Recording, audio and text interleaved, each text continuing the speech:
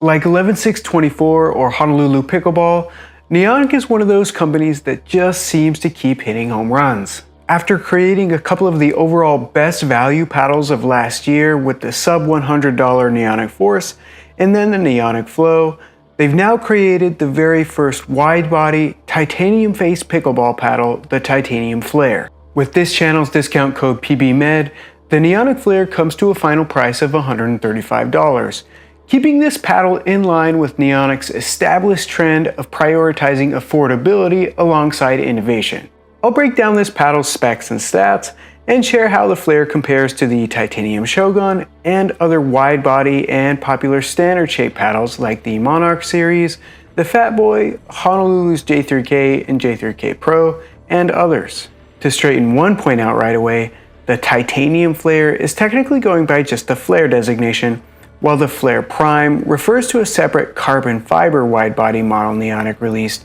with the Flare Prime X coming in October that's going to be a power version of the Flare Prime. In terms of the Titanium Flare, it doesn't take long to appreciate the unique look of this paddle. The 16mm face is constructed of 3 separate layers, layer 1 having gold titanium woven into carbon fiber, layer 2 a repeat of T700 carbon fiber, and a third layer composed of fiberglass for added pop. Overall, it measures 16 by 8 inches, and I've gone back and forth on whether I call this wide body or standard shaped,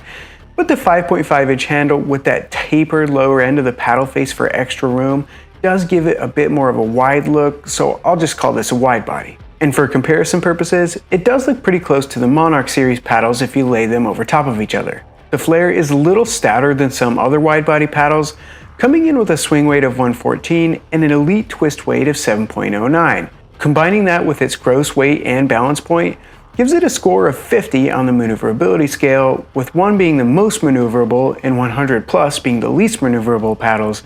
putting it right in the middle alongside the Rhombus Pulsar R1 and the 𝐏𝐿 Pursuit Pro EX 6.0.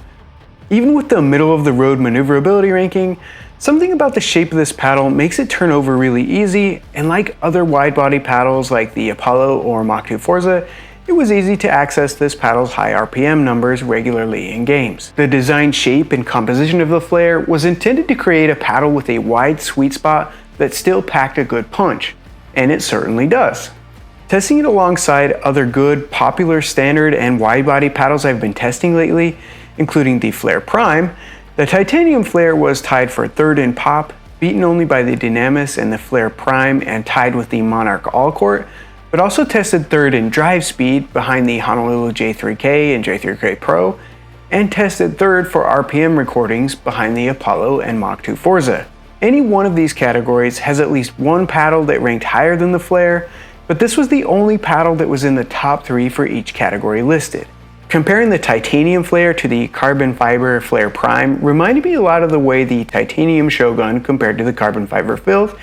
in that each titanium model had an increased twist weight and subjectively larger sweet spot when compared to the carbon fiber predecessors, and the incorporation of titanium seems to make them more plush feeling as well. While the Shogun is elongated and is a bit more powerful than the Flare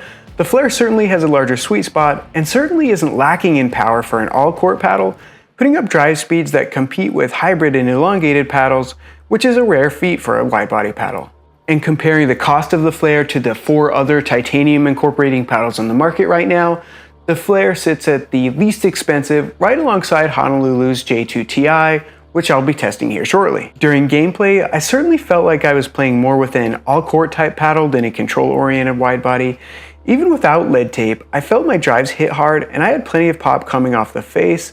It's not a rocket by any means, but it had a very linear power to effort correlation, and control was pretty on par too. The wide sweet spot of the Flare made it very forgiving on off-center shots, and though it's not too out of hand, you should be warned that if you're expecting a 100% control wide body like the Mach 2 Forza or the Gruvin Laser 16S,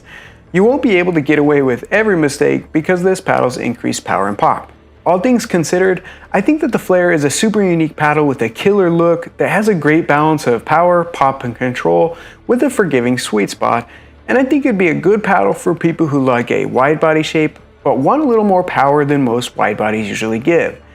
This may not be a good paddle, however, for people who are looking for a really lightweight and maneuverable wide-body paddle, or who need something that stands out more in the controllability aspect. That's my take on the new titanium Neonic Flare. I hope the review was helpful, and like always, let me know what you think in the comments, and if you haven't already, don't forget to subscribe, and I'll catch you here for the next one.